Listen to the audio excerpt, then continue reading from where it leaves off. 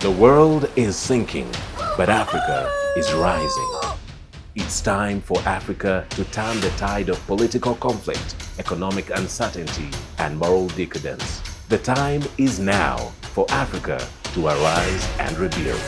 Inspire E-Conference 2023 will give you the tools and strategies to be part of Africa's rebuild. Join us online this August from Monday the 7th to Saturday the 12th from 7 p.m. to 9:30 p.m. East African Time as we gather the brightest minds across the continent to discuss the rebuilding of Africa. Book your slot today and be part of the movement that will change Africa forever. Africa, arise and build. Our next discussant, who is a friend of mine. He is a highly experienced professional with a diverse background, not just in the human resource management, but also in organizational development, administration, logistics management, strategic management, and governance as well. And over the past 2 decades, he has honed his expertise in various sectors, including banking, logistics, as well as the public sector. He's played some key roles in organizational assessment, in system design, and capacity development to enhance performance for organizations. He's got a master's in organizational psychology, as well as an associate diploma in people management and a postgraduate diploma in human resource management and another diploma in project planning. Right now, he works as a consultant with Mind Global Consult, and he serves as an associate consultant with the Uganda Management Institute as well, one of the premier learning institutions here in Kampala, Uganda. And in his personal life, he's married and finds joy in his marriage, importantly, to Elizabeth, and they've got the wonderful privilege and joy of raising 3 beautiful children together. Please welcome to Inspire Synergy 2023, George Okello Opio. George, a very good evening to you. Good to see you, looking sharp.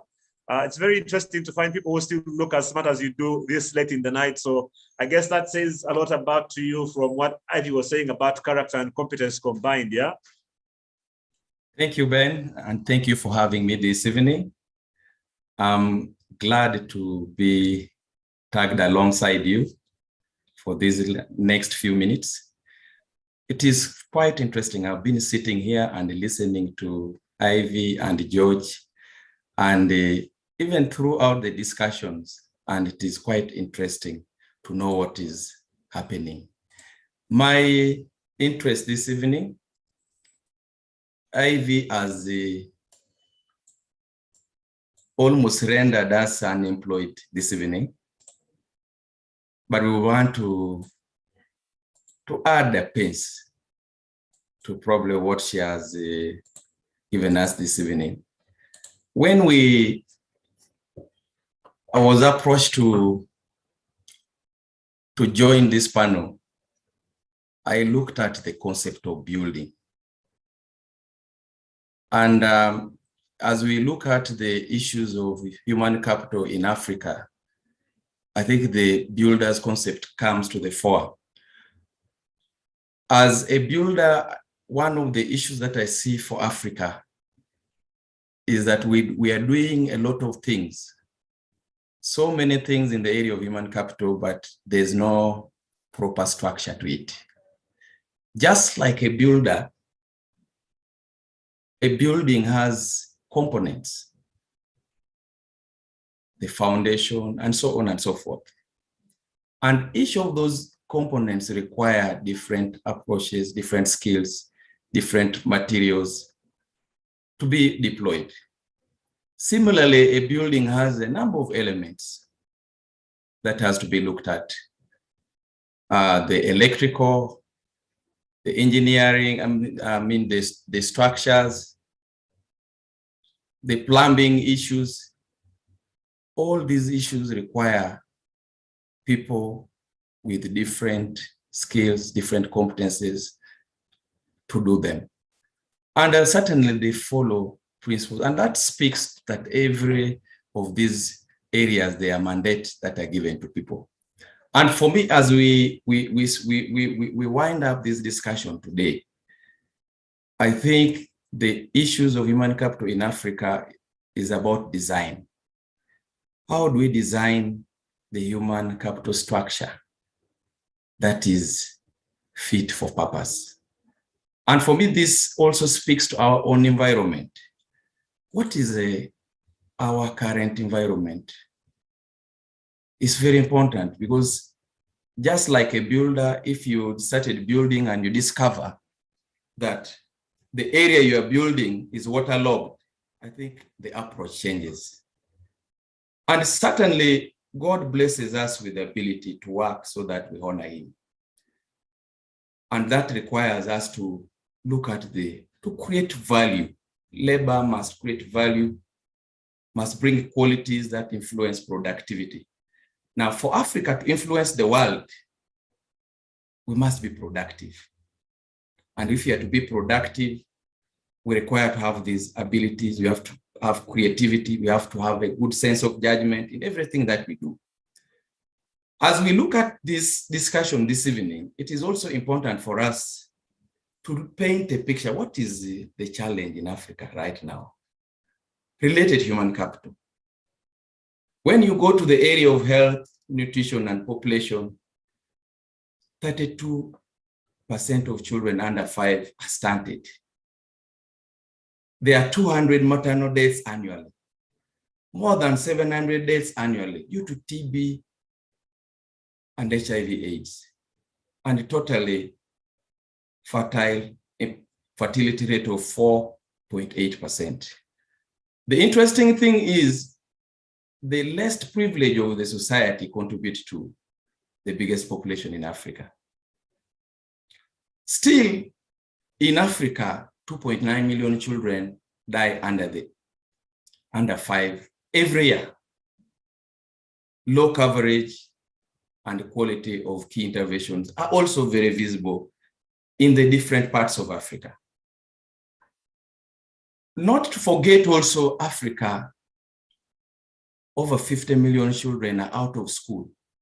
And as we speak about this, I want you to think about the neighbor in the next slum where you live, the next slum near where you live, the people who grab your phones in the street, and so many of these are the challenges that we have in Africa. Low completion rates and learning outcomes every year. This is something that we see everywhere where we live, every village where we come from, these things are visible. Still, in Africa, nearly 420 million youth aged 15 to 35 are unemployed. Only 20% of the lowest quintile in low-income countries are covered by social protection. Now, this is the picture that you can paint for Africa. I'm not saying this to scare you, but just to trigger your mind, to know that even as we're talking about human capital development, that is the picture Africa has. It is also interesting also to look at the global trends. Amidst all those challenges, we are living in a boundless world. That means that everything with all those issues in Africa, we are open to the rest of the world. Now, this has both an opportunity for Africa, but also poses a challenge, especially when we look at the low quality of human capital that we have. And certainly what this calls also from us, that Africa, we are no longer looking at a specific place of work. We're not looking at a job as work. And so the shift in thinking is also important as you are addressing the human resource development, whether at personal level, at community. I think this is very important to look at. What mattered most previously was managing cost and productivity. Now, if you're a human resource person in an organization, it is now beyond this. Certainly, organizations have also gained permission to experiment, pilot, innovate, to define new fundamentals. Now, what is the key for us also to note in this age is that many organizations making a mistake is a crime. And so there must be a shift in thinking that if people are making mistakes, experimenting and innovating, and they make mistakes, there should be room for mistakes. Certainly, the rules also must change. We must shift. We must have our doors open and have more meaningful collaboration and co-creation in organizations. So that is the picture of the world. We are looking at competition. Everywhere you turn, there's competition, and competition is not only locally. Competition comes from, if you look at coffee, assuming you're a coffee producer in Uganda, you are not only competing with the Ugandan coffee producer, you're competing from everywhere in the world. And we are not also spared by so many disruptions. There are discontinuity of things, there are disruptions, there's recreation of organizations. There are so many global happenings like COVID-19 that we had recently, establishment of new markets. If you were a civil servant so many years ago, you would be talking about job security. You'll be thinking about staying in the job until you retire. Now you may not know. There are very many good examples in Uganda, organizations that people have lost jobs. Talk about UNRWA, talk about URA. A lot of people lost jobs. Now we are talking about Bank of Uganda.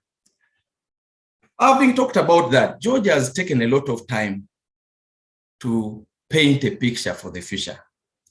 And I want to suggest that whatever we are doing, we must have a multidimensional approach to dealing with human capital challenges in Africa. And it is, I believe also that each one of us, whether you are at family level, as an individual, all of us have a role to play. George has taken a lot of time to talk about family. And every time I sit in interviews and interview people, a lot of things that you see, where is this person coming from? Because everybody who is employed is coming from a family. And a lot of effort must be devoted to make sure that families thrive. I will not take a lot of time on this because George has given a very big direction on this. One of the things also that probably I will add, which is very important, is providing a secure environment in the family. Now, if you get people coming to be interviewed, you see people who are timid, you see those who are not confident, you look at their character and you wonder. I believe that a lot happens in the family, and this influences what we take to the market. Going back to ourselves, maybe you may be somewhere there, you are working, and you are thinking that your employer is responsible for your progress. I think that dimension of thinking, there must be a shift in our thinking. An employer is no longer responsible for your thinking. There is a concept called the new psychological contract. In the new psychological contract, each one of us is responsible for our destiny. And that means you must know yourself. Where are you deficient? Where do you lack skills? Evie has pointed out very clearly that there are two areas that we need to look at. The issue of character and competence. This has to be developed at our own level. Right now, employers are not looking for people with specific skills. They are looking for multi-skilled people. They are looking for people who can create. They're looking for people with the energy. They're looking for people with the high emotional intelligence. People must be thinking like researchers. What more can we do to improve what we have? For me, I think if we focused in developing ourselves, developing people at our family levels, it will be very important for us to take steps like this and make sure that we develop character, develop our skills, and so for our children and the people that we take care of. Certainly, the employer is not spared. The employer has a role to play. A lot of times that we find challenges of employment, there are issues of influencing learning outcomes. Just imagine that all the employers, private employers in Uganda, determine the competency level required and tell the universities, the training institution that this is what we want in the world of work. I believe there will be a dimension that will change the landscape of employment. This happens already, is happening already in the vocational training. Employers have taken a lead. And as we talk about skilling people, employers are defining vocational skills required in the industry.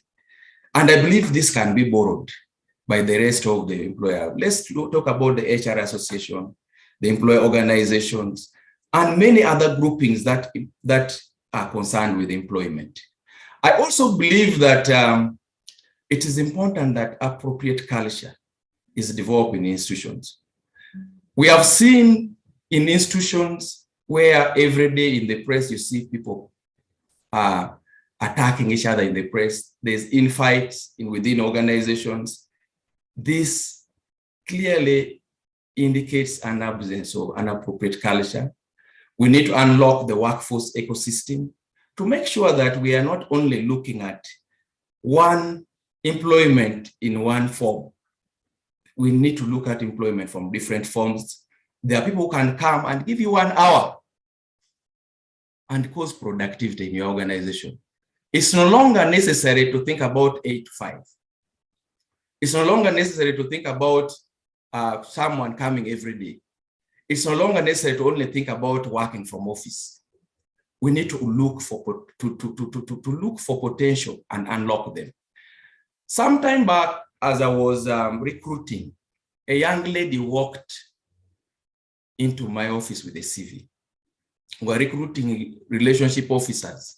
And when this young lady, she was working in an SMS company, she told me, I want a job. When I gave the business people to look at her CV, many of them laughed. And because of my interaction of this lady, I insisted that let's give her a chance and you listen to her. We interviewed this lady, and I can tell you this lady is a senior manager in Standard Chartered Bank. We gave her a chance and we unlocked her potential. We also need to make sure that we co-create relationships at work so that employees can thrive, can build one another. And as we leave the employer, I think it is also important for us to look at training institutions. Because as we talk about someone who is not skilled, someone who is not good, they're coming from institutions. These institutions shun people every day. If you look at the number of graduates that are produced in Uganda, and you look at the level of unemployment, and you look at also the number of foreigners who are employed, in some of the positions, it tells you probably that the skill sets that we give people are not right. So there must be some thought about the curriculum.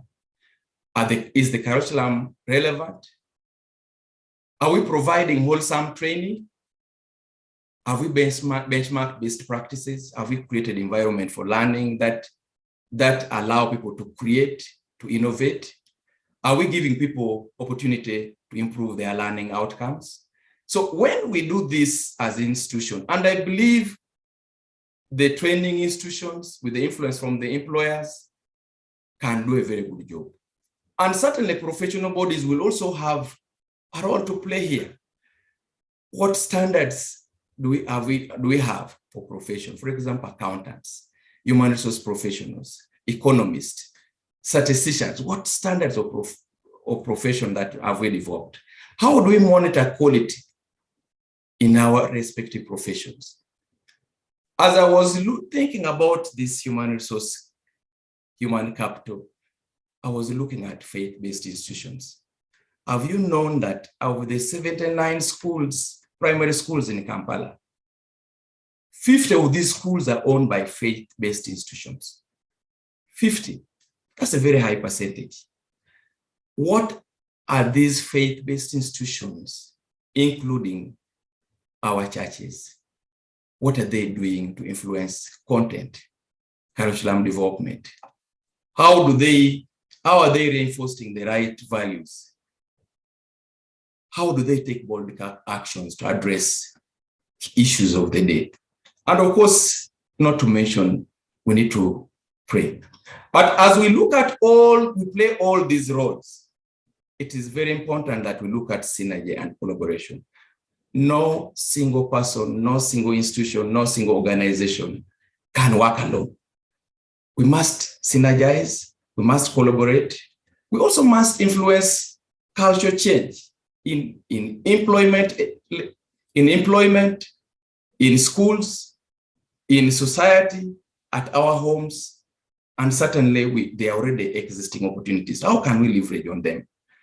I believe that for we are God's work, and we are created in Christ to do good works, which God prepared in advance for us to do. None of us can claim that we can't add a pace.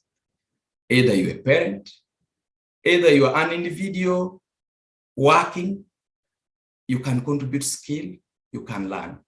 These days, it is not difficult to learn. You can even go online and learn something.